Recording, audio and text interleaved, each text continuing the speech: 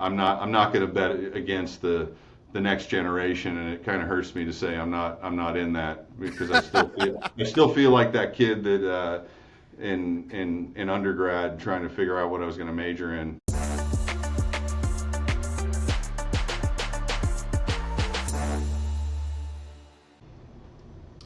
Boom. Live from the Chesapeake HQ. Yeah, on President's Day. I might be the only one here other than the ops guys. It's I here in love it. Wells. I love it. Ops don't stop on President's Day or any No, holiday that matter. This is no, they do not. this is a classic Chesapeake office setup, also known as the American Energy Partners setup. It's just there's a litany of offices in Oklahoma City who look exactly like this in varying shape or form. Well, I've been in maybe one, two, three, been about in five or six of them on this campus over the last 7 years. But this one I like because it's on the fifth floor and it forces me to walk upstairs. And everyone's I saw something about everyone moving into a different building or something. Yeah, I think it'll take a while, but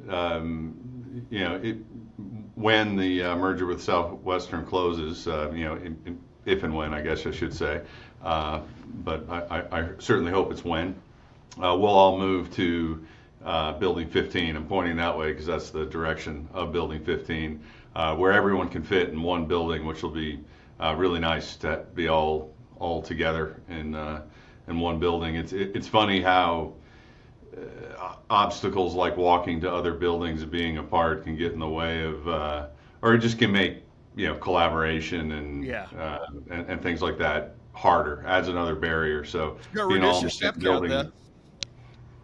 What's that? It's gonna reduce your step count though. I know, I know. So hopefully I get a floor on a higher building or higher. Hopefully I'm on a higher floor, or I can just pick one of the many parking lots on campus and force myself to walk from there. You can take some more walking meetings. Okay, well, good deal. So let's get into it. Jim, you did not grow up in any of the major oil and gas cities. You grew up not in Houston, not in Midland, not in Oklahoma City. It sounds like you're one of the few people who grew up in the Northeast and sort of went into the oil and gas business. Yeah, I grew up in the industrial sort of haven of Madison, Connecticut, located on it's basically right smack dab in the middle of the state on Long Island Sound. Yeah, my father was a research pharmacist at Bayer, which is in West Haven, and yeah, I never. The only thing I thought about or knew of the oil industry growing up was like the Beverly Hillbillies, watching reruns when I was homesick from school, and then my father complaining about the heating oil guy coming in the winter and the bills from that. That was about my exposure. Yeah, neither two are relevant to what we talk about daily now. Okay, so then you go to school, sort of in upstate New York. Uh, you then get a master's in geology from where was it? You were in University Idaho, of Idaho. University of Idaho, and then you sort of start at Anadarko a couple of years after that. Well, what was the gap between that and Anadarko? Oh, like a couple weeks. Oh, really? Yeah, I graduated and basically fished my way from Idaho to Texas over the course of a week. I remember what was his name? He's a wonderful man. And the reason he was a wonderful man is that it was the HR. Dick Lewis was his name. He was the head of HR at Anadarko. Called me on a Thursday, or maybe a Wednesday or Thursday of the week I got into town. I was supposed to start the following Monday, and he asked me where I was, and I told him I had just arrived, and I was planning on coming on a Monday. And he said, well, if you come in on Friday, which was the last day in June, you'll be able to take vacation. If you come in on Monday, you won't be able to take vacation until the following year. And I said, I will see you on Friday, Mr. Lewis. Uh, Well, that's very good. He set that up for you. yeah, So you absolutely. ended up not spending too much time in Houston. It sounds like you went to, what was it, Jakarta? You went to Indonesia first. Yeah, I started my career in Houston, or the Woodlands, really, which was very different than the Woodlands today. Now, There were like yeah. two decent restaurants to go out to when you wanted a nice meal, Perry's and Amerigo's. Uh, and yeah, I worked there for a little over 4 years, and I got the opportunity to work international new ventures. And Anadarko had a joint venture with an Indonesian company called Medco, which had it's like the largest leaseholder in Indonesia behind Pertamina, the former national oil company. And we had this exploration joint venture where you drill to earn 40% interest in any block that they operated upon the approval of upon a discovery, essentially. And they won't let you take data out of the country. You have to work all the subsurface data in country. So it forces companies, international companies, to have a technical staff presence, and no one else wanted to go, and I kept my hand raised, and I finally got picked on. Spent about 4 years over there. Came back in 2010 in April into a planning job, which included oversight of the exploration acreage in Gulf of Mexico. And April of 2010 was Cool. the month of Macondo. First. So that was an interesting reintroduction to the United States. Yeah, and I worked at Anadarko in a variety of different roles: West Africa exploration, other international exploration. Was in investor relations when I decided to make the shift to Chesapeake in 2017. And so now you've been an OKC fellow, yes, sort of OKC brethren here joining the OKC Boys Club, hopefully the OKC Bourbon Boys Club here since 2017. So now it's, I mean, we're getting close to a decade now. Uh, Most of the roles it's center around exploration, uh, and then sort of call it. It sounds like about 2 years became sort of this hybrid between thinking about exploration, but also thinking about new energy ventures. Yeah, definitely a big focus on exploration throughout my career, and it shifted. The shift to Chesapeake, I really had a gap in my experience in terms of onshore unconventionals. When I worked international, or right before that, I was fortunate to be on the team, the Permian team that put together the acreage position that Anadarko had in the Delaware Basin. But that was for vertical unconventionals, stacked Pennsylvanian aged overpressured gas reservoirs, which back then you couldn't get oil out of shales, so the Wolfcamp wasn't a thing until it was. And so yeah, I made the shift to Chesapeake, still in an exploration capacity, but then it shifted into helping out with our geoscience technology teams, and then more of a development role, really, for supporting the core assets. And then most recently, as you said, in new energy ventures. Coming out of restructuring, there was a clear strategic shift to natural gas in terms of our portfolio focus. I guess back to where it all began for Chesapeake, really. Yep. Focusing on the premier assets in our portfolio, and a focus on reliable, affordable, lower carbon energy. And with that came a net zero pledge. With that came a need to diversify the business, or start to begin thinking about diversifying the business into adjacent areas that could help us achieve that net zero goal. We currently, and never say never, but we want to be involved in projects. We want to be involved in projects that have potential to generate environmental attributes or offsets, rather than trading in a carbon market. So on our new ventures team, which was mainly oil and gas focused at the time, there were a couple folks that kind of had clandestine skunk work projects going on, and were interested in things like CCS as well as geothermal. Um, and then that became a real focus. We have a small team, and then we leverage the expertise across the organization as projects evolve. You and I have spent some time talking through this, which is, I think, when the original view around oil and gas being involved in new energies, and specifically, let's call it independence, not sort of the majors playing this category, there was not exactly clarity on day one of what that meant. What are the subsectors that are interesting? What are the subsectors that are uninteresting? And that took a while to sort of develop. How long do you think before you guys got it sounds like you've got a view around geothermal, CCS.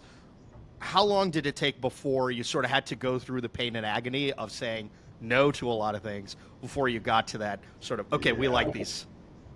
No, very good question. And it's something we consistently revisit. We had a little bit of a head start on geothermal, and then CCS projects sort of closely followed that. But initially, for about, I would say, it was at least 3-4 months. We had an open choke, kind of looked across the spectrum and evaluated a lot of different things. Many of which are very, very interesting. But when you're developing a strategy in a small team, especially the company the size of Chesapeake, you have to understand you have to take the corporate priorities, the kind of time frames, and your resources, be it capital or human, into the equation, and then you have to choose, like, what are you not going to do. And that's I find that's the hardest thing in setting a strategy, is focusing on, and it's very clarifying when you can do it. Like, okay, we are not going to look at this, because then when opportunity X, Y, or Z comes across your desk, you can say, no, that isn't our focus. Thank you. Having said that, you always have to keep a little bit of an open mind, because things change. Things change within the company. The outlook of the macro changes. Those spaces evolve and change and may de-risk too. So you need to keep it evergreen. But I would say it was about 3 to 4 months. And I personally was a little bit concerned, isn't the right word, but we tried to be very open and about our biases in the small team, of like, okay, just because we've had a little bit of head start on geothermal, is this just confirmation bias? Are we focusing on it and convincing ourselves we're right or not? And we got feedback from the board, from the executives, from peers throughout the organization, and really chose to focus on things that were adjacent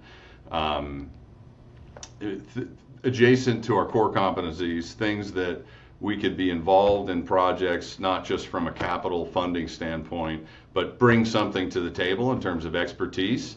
And geothermal, CCS, and most recently energy storage, all fit that bill. The other area our team gets involved a lot with is primarily led by the marketing arm, our low carbon marketing team, led by a guy named Mike Franklin, who's in the Jason Kurtz's organization.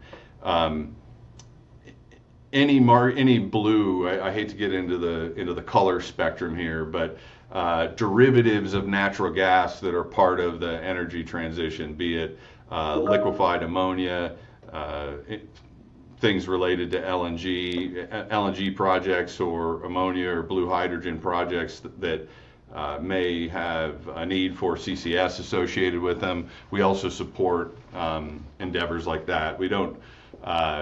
The main example of that is our NG3 pipeline project with Momentum, which takes untreated gas from the Haynesville, which has naturally occurring CO2 in the gas, and then we'll treat it centrally in Gillis at the terminus of the pipeline, just there north of Lake Charles in the LNG corridor.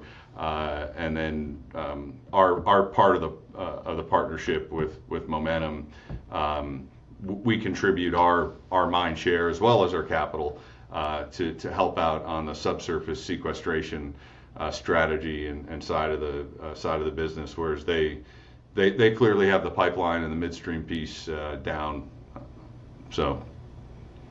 Yeah, I think we've talked ad nauseum about Louisiana related, let's say natural gas treating related CCS. Feels like the most natural area where oil and gas companies will play a space in CCS, particularly Louisiana, where the pore space kind of works out. The emissions are nat gas treated, so they're sort of there, readily available, and they're in some ways something you have some degree of control over, and for a variety of reasons, much easier to get a few things done from a regulatory right of way perspective than let's say other jurisdictions. Everywhere's got some sort of headwinds is probably the right way to think about it. But Louisiana feels like it's a little more contained and probably at least something where we know oil and gas companies will play a pretty big role soon enough. Yeah, and Chesapeake's presence there within the Haynesville and focus on exposure to the LNG markets, which is a big part of our strategy, which has been in the news lately. It makes all the sense in the world. We're also blessed with a amazing subsurface data set, whether it's seismic data, well data, reservoir data, and then the teams and the expertise to evaluate the pore space and all the skill sets, mainly conventional sort of reservoir characterization skill sets. I mean, it fits hand in glove with identifying reservoirs appropriate for. Well, we're mainly focused there in saline aquifer storage, and the pore space there and the geography is very beneficial to that. We've screened and been involved in some other evaluations in other parts of the U.S. where there's much older rock that's been buried a lot deeper. That just does not have the pore space and the characteristics that the rock and the Gulf Coast has, which whatever you want to call it, core CCS acreage. There is a core fairway along the Gulf Coast, onshore and offshore, and then second, third, fourth tier rock that also exists. And when you're talking about something that's mainly incentivized by the RRA and by tax credits, the 45Q, the economics aren't hugely robust. All that definitely incentivizes all of the projects that are going on. But in terms of if you're going to focus on projects and you are interested in more attractive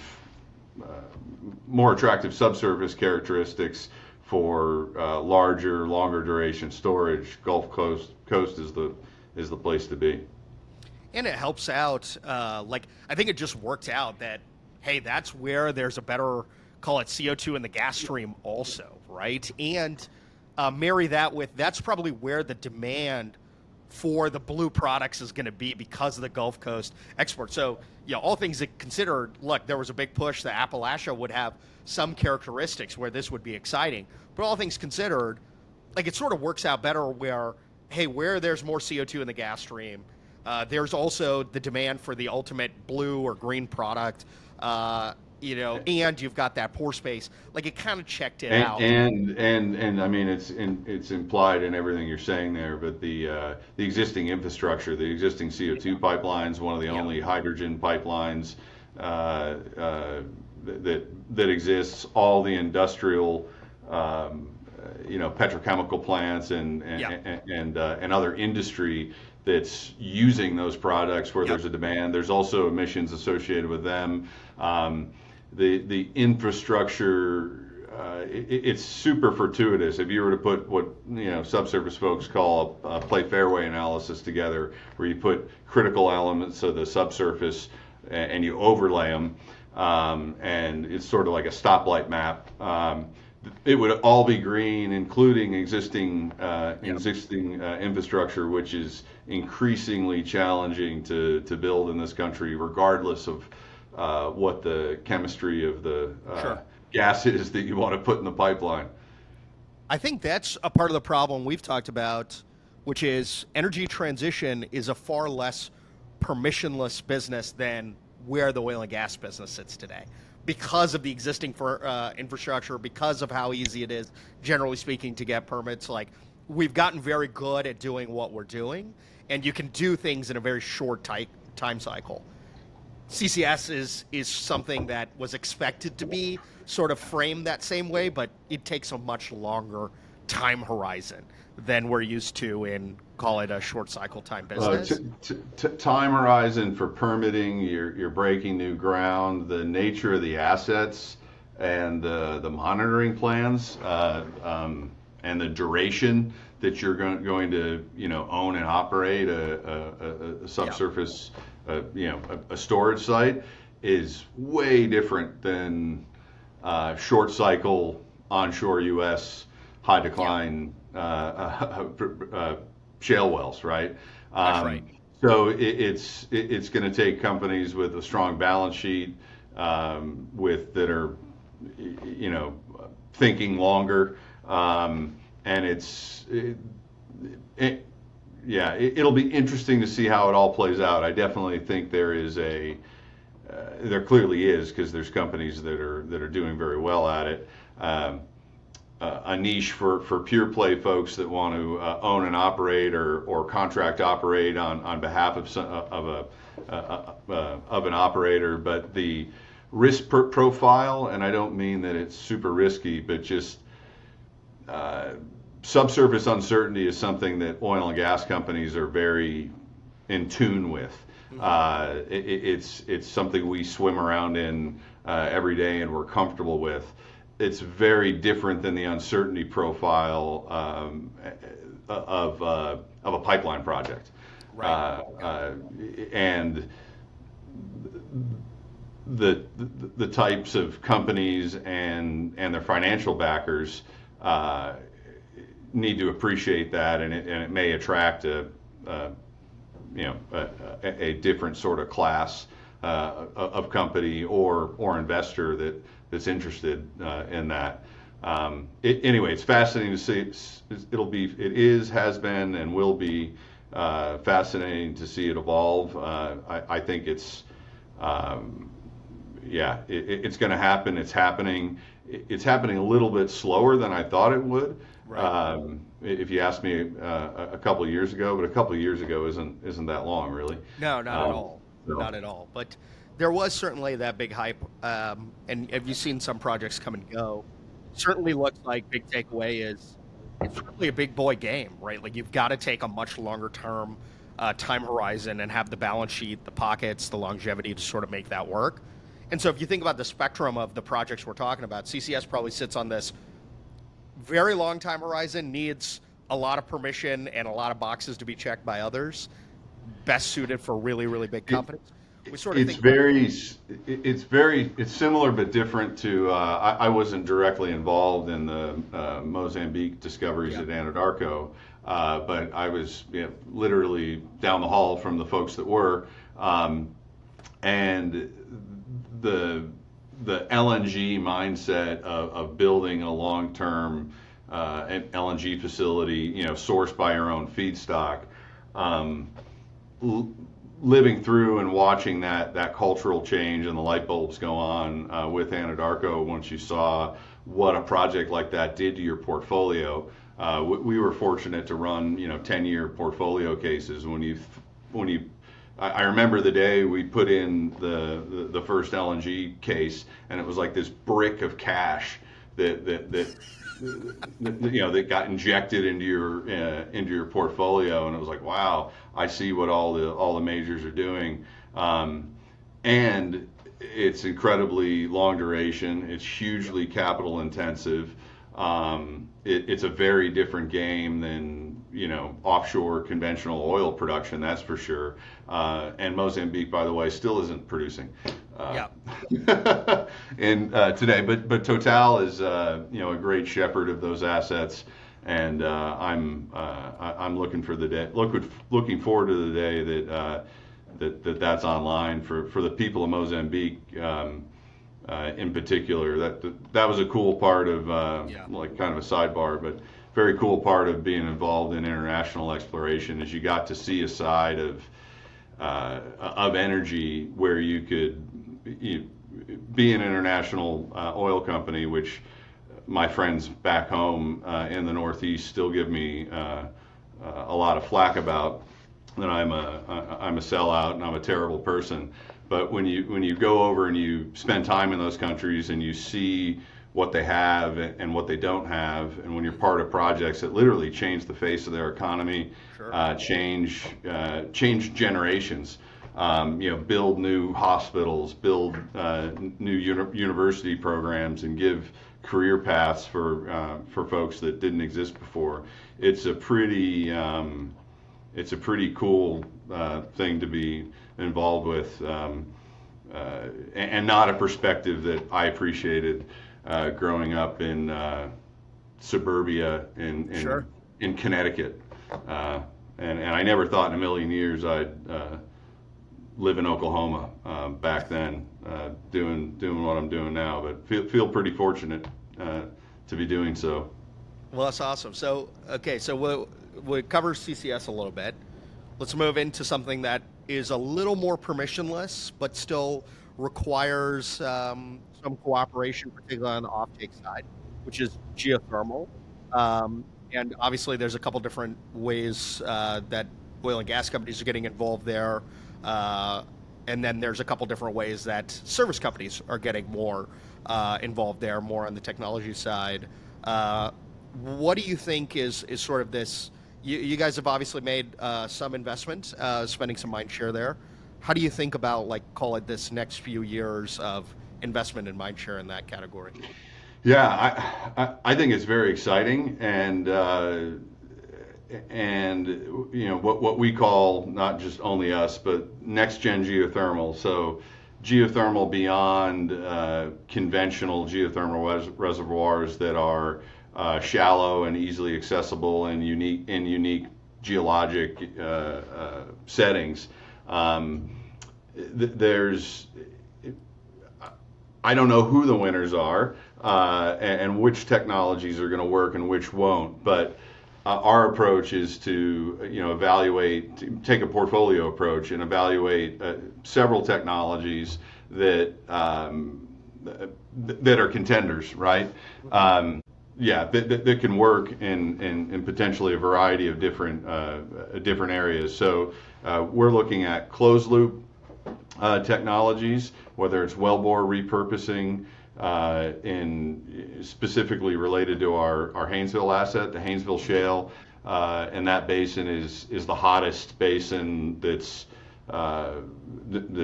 companies are actively drilling in today, with reservoir temperatures, on the high end, 400 degrees Fahrenheit, which if you could transfer that heat to the surface anywhere above 300 degrees Fahrenheit, that's in the sweet spot for geothermal power generation, and if you have use for the heat, for direct heat uses.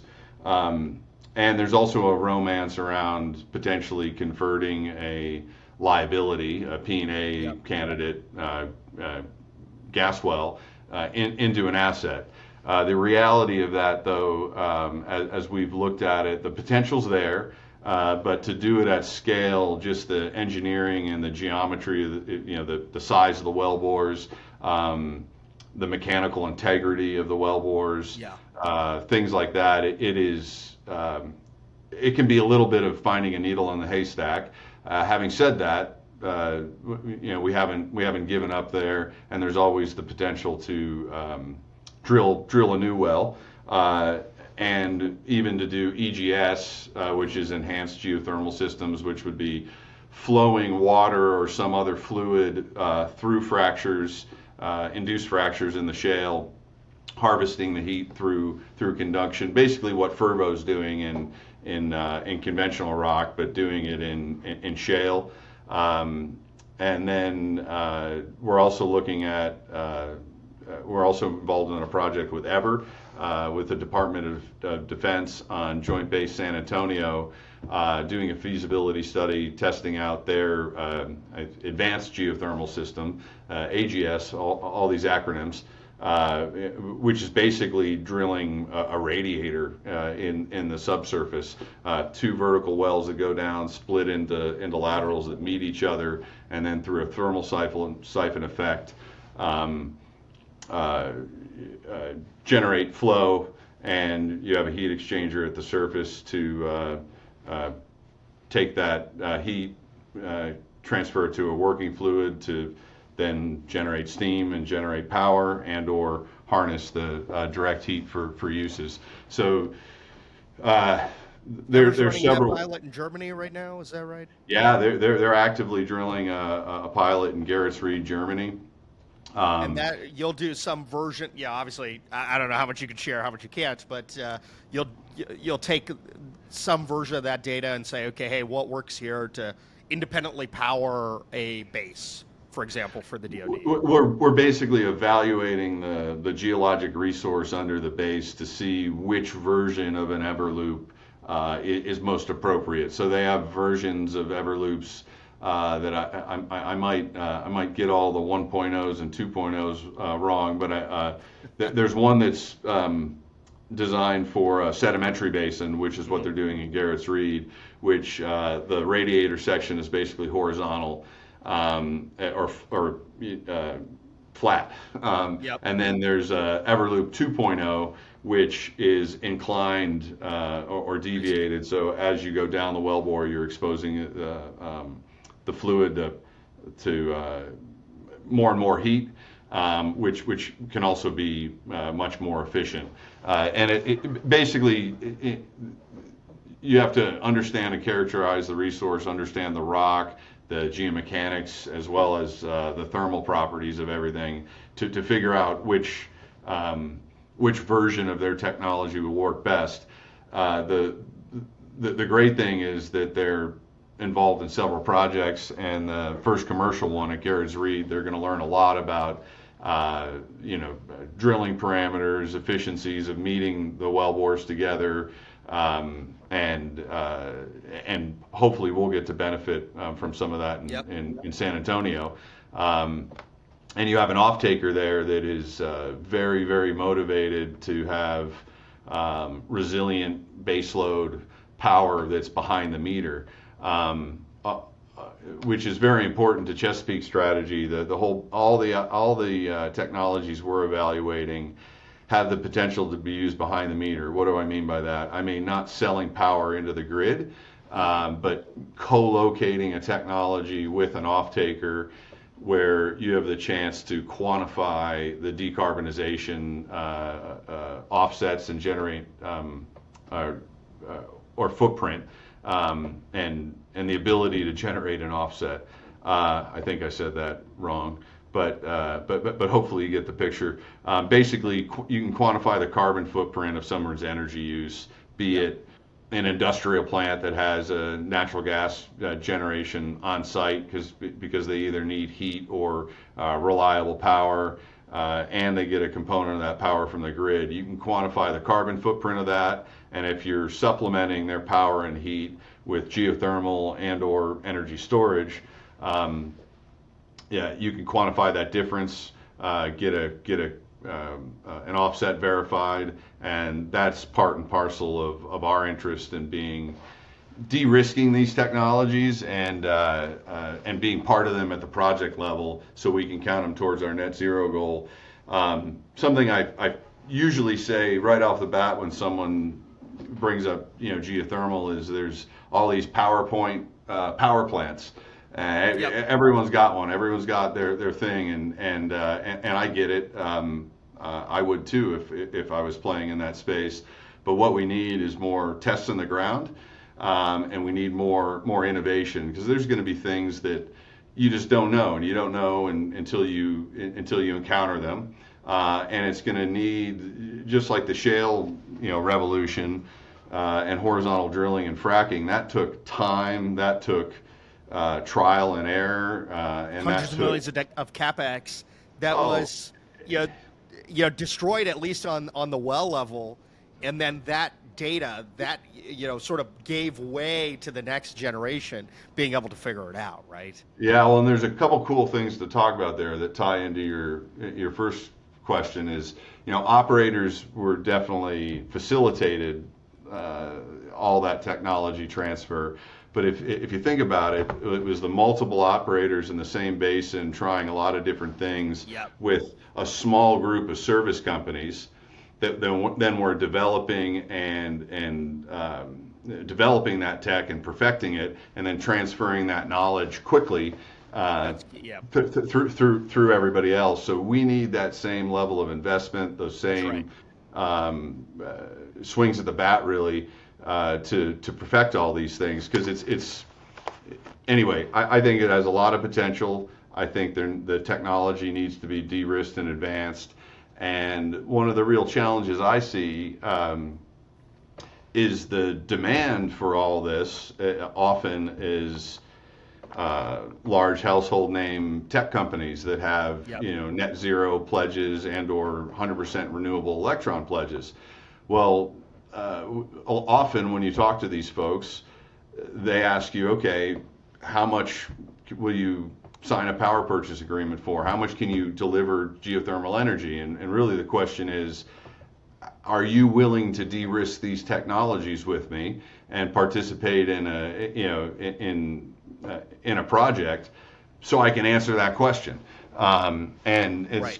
it's going to take more than Chesapeake. Devon is down the road is keen on geothermal, as are Chevron and a lot of other companies. I'm forgetting to mention, and a lot of the service companies. But we need a quantum of what's being invested now to Right. really propel it, and we also need the folks that want the off takers to share in that risk That's in right. some way, shape, or form to kind of incentivize the innovation. There is help from production tax credits, and there are a couple things in the IRA, but geothermal definitely didn't get the love that CCS Absolutely and not. hydrogen Yeah. did in the It's last round. it's clear to me, which is I think on a long enough time horizon, all like I think your point on behind the meter is actually very good, which is we're moving to a world where utilities can't catch up, like too much regulatory red tape. So what happens? Twofold exercise happens. The big companies who require power co-locate projects to generate that power and do that way and avoid grid issues, which is kind of nuts because in theory power should be a commodity that we just like sort of turn on and off that we're used to, and just it is what it is. The other side of the fence is consumers are like, power prices keep going up. I want renewable power also. I'm just going to do residential solar. Like that, for whatever reason, like it's kind of counterintuitive, right? Like, we don't drill our own wells for water. Why would we do that? Like that is the equivalent when I think about resi solar. And that market continues to grow at an astonishing rate. And I don't think that market would grow at an astonishing rate, in my opinion, if it wasn't utilities falling victim to the incredible amount of red tape to get new transmission lines built, to get utility scale solar projects built, to get all these projects that are sort of in the interconnection queue going. And I think you're going to see the same thing that you're talking about, which is demand for behind the power projects, geothermal falling under that. The next iteration of that will have to be that those guys become non-op, right? Like Google, Microsoft, Facebook will effectively say, okay, great, we agree, we understand the only way we can make this project work for you economically is if we share some of that risk, and we'll sort of almost be a cost plus. I think this will end up being a cost plus arrangement in the early days that just guarantees you some sort of 20 or 25% return or whatever it is, maybe even lower. But so that way people are like, okay, but my return hurdle is just enough such that I will take this exploration risk with you. And the cost of being wrong is not huge for any one party. And the cost of being right, or even mildly right, is incredibly beneficial for future business, right? So it is Yeah. an asymmetric upside bet, I think, for everybody. That's probably where some of these baseload exploratory geothermal Well, projects. and if you're not concerned with directly using those electrons behind the meter and adding them to the grid and then using virtual power purchase agreements, what Fervo's doing is super exciting. And they're learning and innovating. They've been talking about some impressive drilling speed gains Yep. and time gains, and they had a very successful project there, and it's exciting to see that evolve. And I do think a lot of those household names are interested and are they're definitely at the table. It's going to take it's just going to take a lot of trial and error and Yep. pairing the right technologies and the right geographies and exploiting, and marrying that. Okay, here's the subsurface characteristics here. This type of geothermal technology is or isn't, viable because not everywhere has a favorable geothermal gradient, and cost is a thing. So you can't drill, down to the moho, super deep and economically. But there are other technologies like what Sage is developing with their Earth Store technology, and you saw last week. I think you covered it Congrats, in the scoop. congrats on the announcement. Yeah, they had a field test of their geothermal technology, which is equally exciting. But as they were doing the field trial in South Texas, they realized, wow, I made a battery by drilling a vertical well, creating a tall fracture, and injecting water into it, where their geothermal technology relies on conduction of heating that fluid up in the fracture and then producing it out of the wellbore. Well, in those pump in, pump out cycles, they realized that they made a geomechanical battery basically, and we're able to stop and not only focus on their geothermal technologies, but they realize that, wow, we have something else here that can augment and make our technology better, where there's geothermal potential. But it's also applicable over a wide geography, over a wide variety of geological settings. And you could have the ability to create long duration battery storage in well bores right next to, let's say, a data center, where Right. you have a virtual power purchase agreement, or nearby wind and solar that's creating excess energy that the grid can't take during the day, powering a pump, injecting, basically storing those electrons underground until you need them at night, and producing the well back. There's a turbine, a Pelton turbine that they've developed that it's like pumped hydro, but Right. it's downhole with much less environmental impact in terms of footprint and land use, and you don't need you know like Chilean or Brazilian Yeah. sort of topography to create. You don't need to harm anadromous fish rivers, salmon migrating up to make dams to harness the power. We can drill vertical wells and store it underground. It's pretty elegant, and yeah, we're excited to see where that goes. Hydro still, I think, to date, the most renewable resource used globally, right? I believe, like, Yeah, by a large yeah, margin, right? yeah. Gravity works. So, You know. of all the stuff we've been talking about, CCS being the least permissionless, biggest big boy game, geothermal obviously requiring a lot of other infrastructure and key parties. When I first heard about what you were talking about, I thought I had a couple different takeaways. But the first takeaway I said was, this is probably the least or the most permissionless of all the things you've described, which is, hey, there's going to be a bunch of people where I can go and use this technology with, in theory, and I'm not going to run into the same degree of infrastructure limitations or duration limitations, or I need an incredible amount of capex just to know whether or not we're headed in the right direction. Like, that was my one, probably largest takeaway. The second takeaway I had that I thought was the most exciting was you and your team spent a lot of time evaluating geothermal, but and I suspect a part of this is your lens, being an exploration guy, says, look, we're going to look at this category. We're going to think about it from a subsurface perspective. And the commercial lens is not exactly dictated quite yet, right? And so what is super interesting is you're like, okay, here's an interesting piece of technology, but the use case for that technology is somewhat counterintuitive, right? Everyone is thinking about geothermal. Like, what is the number one thing that people say about geothermal power? Is like firm, reliable baseload power. That is all like that. That is like, I've heard that line a trillion times. This is like the complete opposite in some way, not from a intermittent power, but thinking about it as a battery, I thought was, wow. Like, I have not seen this. I've not heard of this.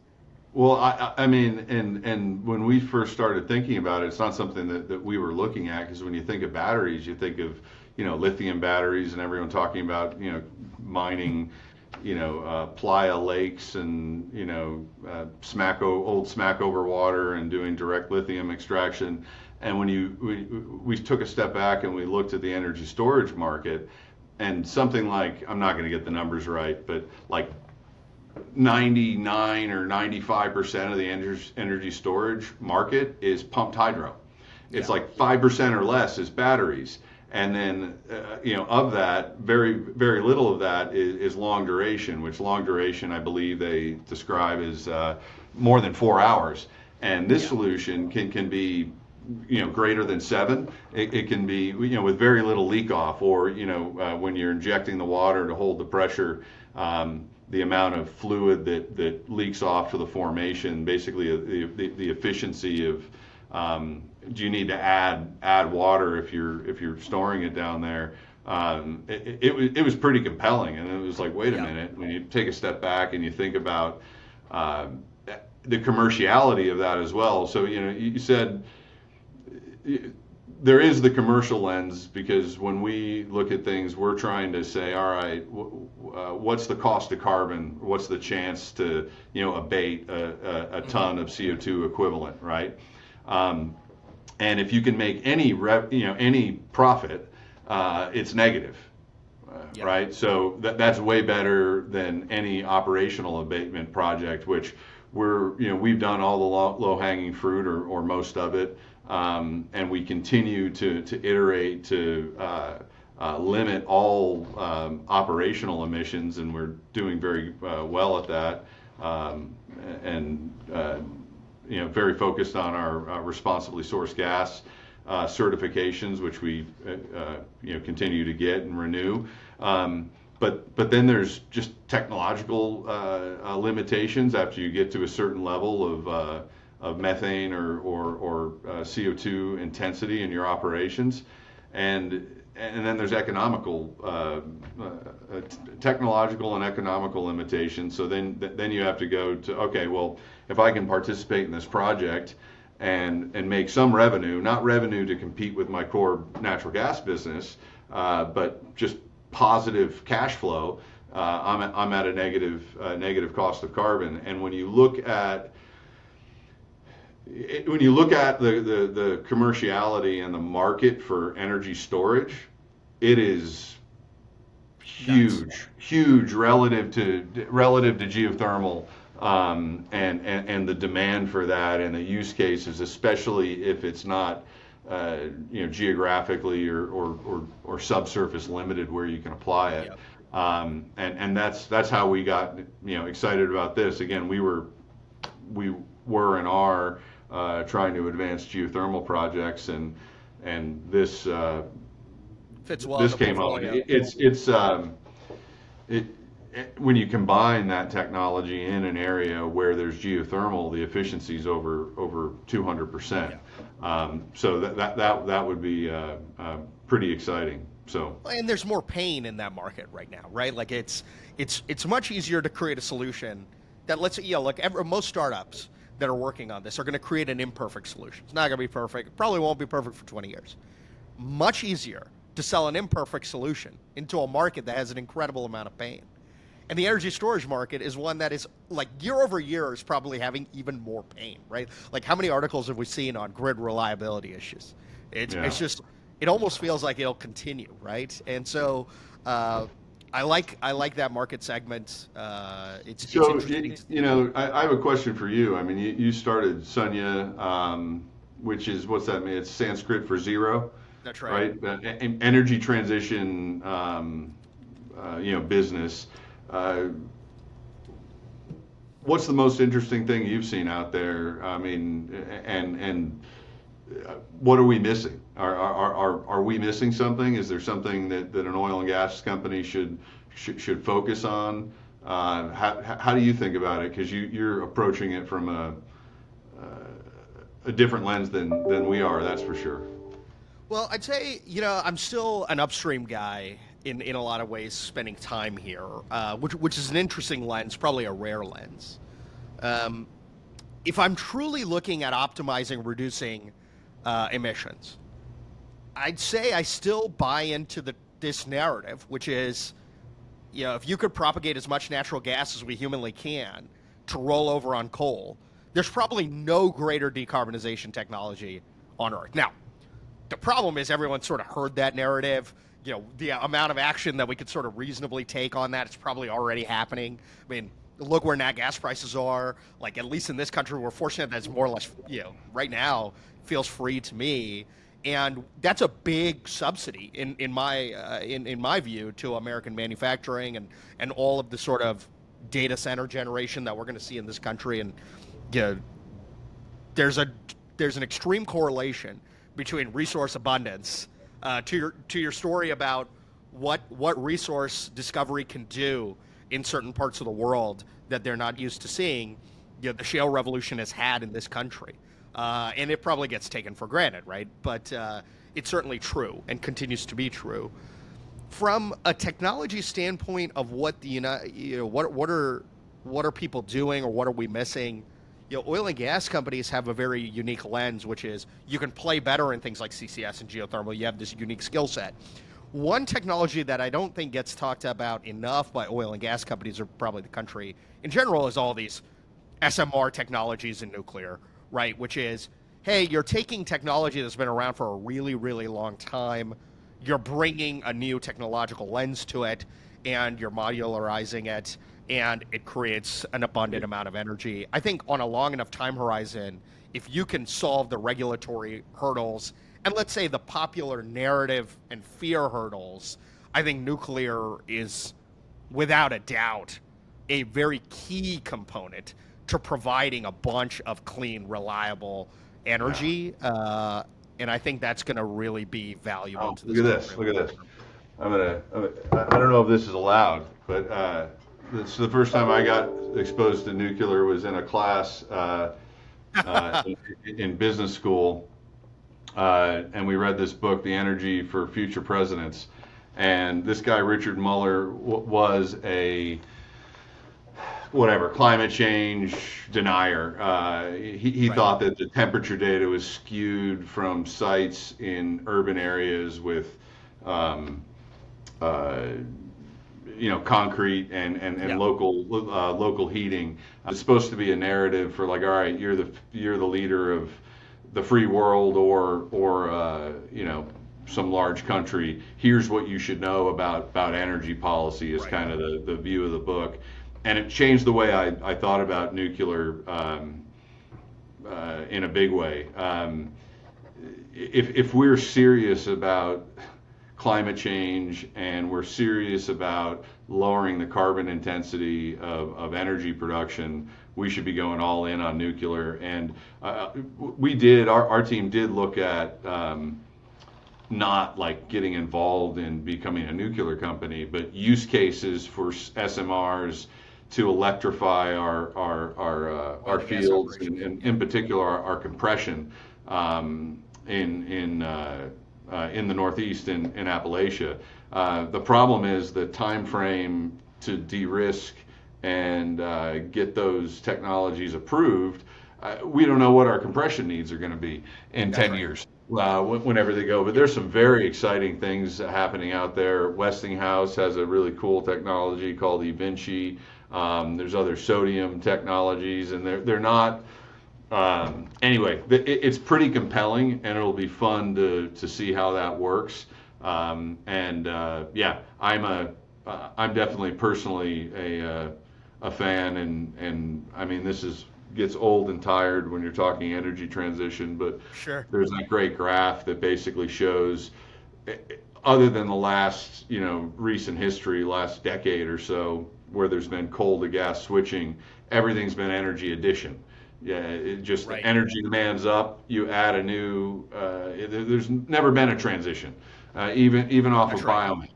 Just need Um, more energy. yeah, we need more, and we need dense, and we need dense sources and reliable sources. And yeah, anyway, you're a little bit preaching to the choir there, so it's interesting Well, you brought up. by definition, we're preaching to the choir to each And other. that was totally unplanned. I have this sitting up here because it's a cool book that, yeah, that I think nat gas. I think this whole ecosystem of molecules probably stay the way they are. I think we marry that with things that decarbonize those molecules that we continue to use from a fuel perspective. I think natural gas will play an incredibly large part of that in sort of decarbonizing that infrastructure of the world.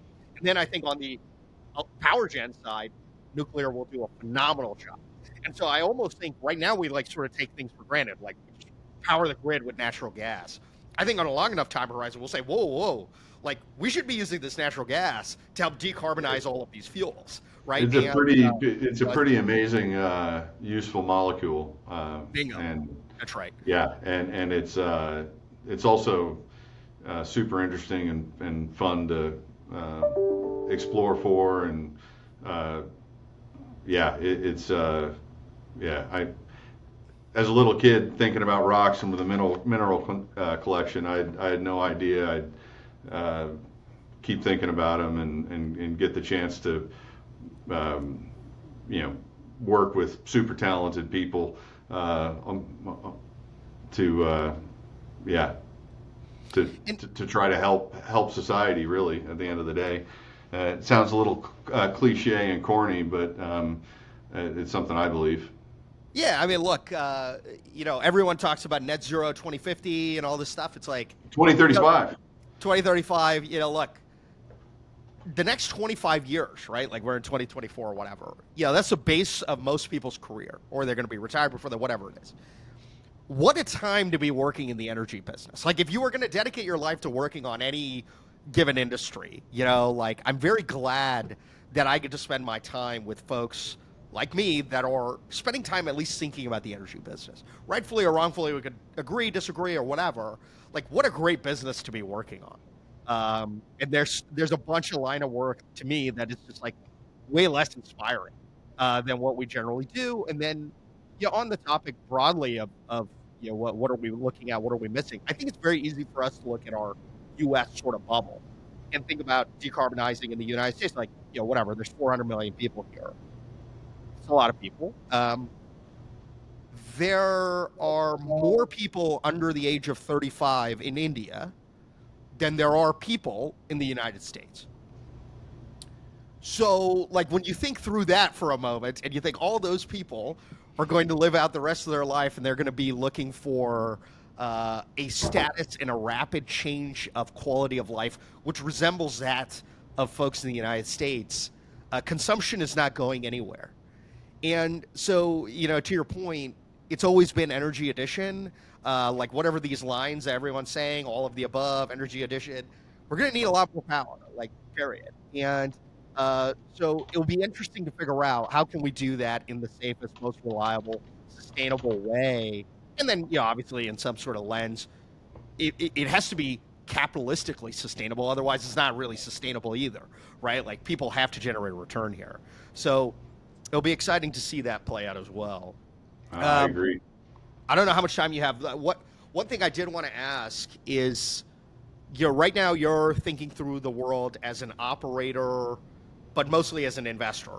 So, some combination of those two things as you're thinking about where are places that Chesapeake can play? What would you be looking at if you were on the founder side right now in 2024? What's exciting for you? Founder side, Come man, to God's word, Jim. I'd go back to the basics. I'd go back to exploration, for lack of a better, for oil and gas. In particular, the gas basins have not been vertically delineated, meaning all the various horizons in them. Like in the Permian, we saw, well, the shale revolution happened. It initiated in gas basins. We found the Marcellus, we found the Haynesville, the Fayetteville, and then we realized, oh, wait a minute, we can get oil out of shales as well. The success of the gas basins caused largely the market or the price of gas to plummet domestically, and everyone focused on liquids and oil, the Eagle Ford and the Permian, and all the technological innovations of horizontal drilling, longer laterals, all the various completion optimization, co-development, all the stuff, and everyone's investor deck had the 2.0, 3.0, et cetera, on the completion iteration. That hasn't really happened in gas basins in terms of the vertical delineation, and also the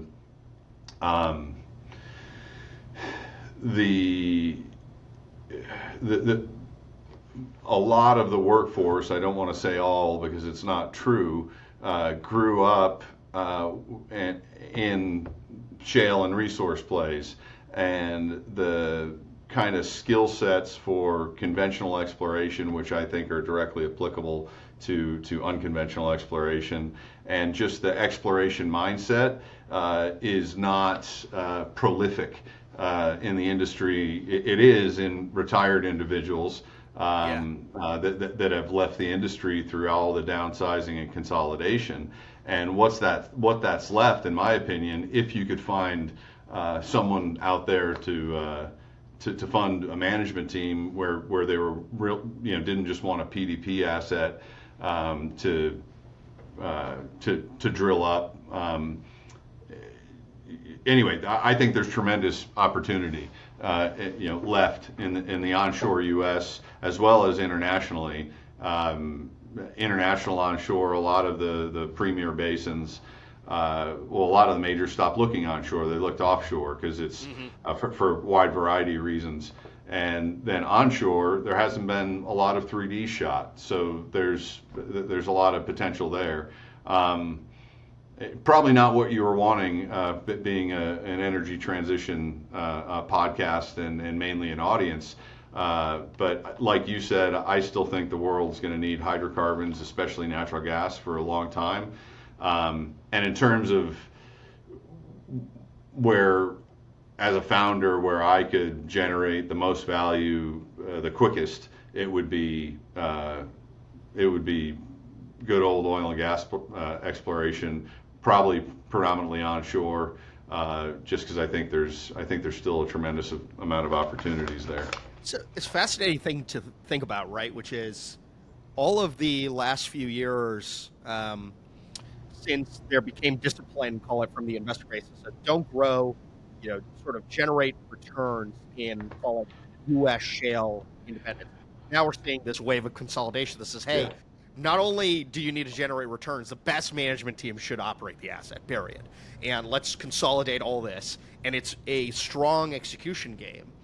You're somewhat right, which is the culture around the guys that were historically doing exploration or taking large-scale risk in a way that they used to. That sort of disappeared not only from big companies, but it's also disappeared from what used to be sort of private equity in oil and gas. Because oil and gas private equity was not really private equity. Quite frankly, it was oil and gas venture capital, right? And that was fine because you could take 5 guys in a truck and effectively say, go lease up some stuff, drill a handful of wells to prove there's productivity, and a bigger company would be in desperate need of that inventory to develop it out, and the incentives sort of aligned. Well, and a couple of years ago, and it's happening more and more, that there needs to be a price signal to incentivize people to explore organically, because the investors, quite frankly, uh, don't want you to do that. From a standpoint of, yes, they probably do at some level, but if it's going to eat into your free cash flow, it's going to eat into your dividend. If it's going to do all that, hey, just you have enough inventory, drill it up, and when there's a price signal, let's worry about exploration at that point. But people have talked about, I don't know, at least for the past 5 years, inventory degradation, and you're starting to see, in the write-ups, pick your, favorite sell-side analyst or research firm, kind of roll over in productivity. Well, that's not that surprising from a geoscientist point of view. If you're drilling if you've leased the best rock and you're drilling your Right. best wells next, which you should be, from just a commercial standpoint, well, guess what? The next wells aren't going to be as good. And if you're not exploring for more and generating new organic inventory, it's a depleting game. Yeah. So it'll be interesting to see when that price signal comes. Hopefully, it's not painful for consumers. And then, I mentioned a bit about the skill set not being there. The industry workforce today and the talent in it across all disciplines is phenomenal. It always has been.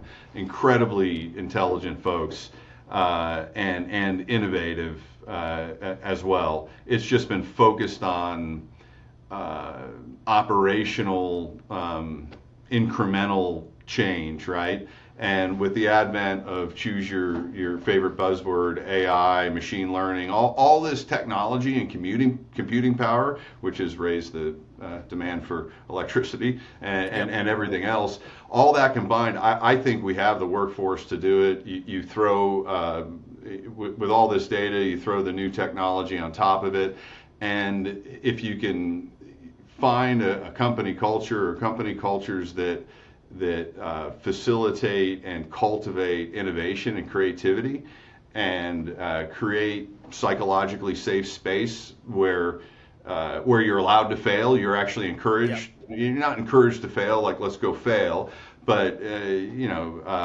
fail from the standpoint of, like, okay, we tried this. We took a prudent business risk, where we characterized the uncertainty. We failed in some way, shape, or form. What did we learn? What do you go do next? When you have an environment on a team, and if you're able to create that environment with a multidisciplinary team, pretty awesome things can happen. And I think that if we can continue to attract the minds that are already in this business to this business, I think the sky's the limit. I think there's a ton of potential out there, yeah, I'm not going to bet against the next generation, and it kind of hurts me to say I'm not in that, because I still feel like that kid that in undergrad trying to figure out what I was going to major in. Well, it's fun. It's fun to see.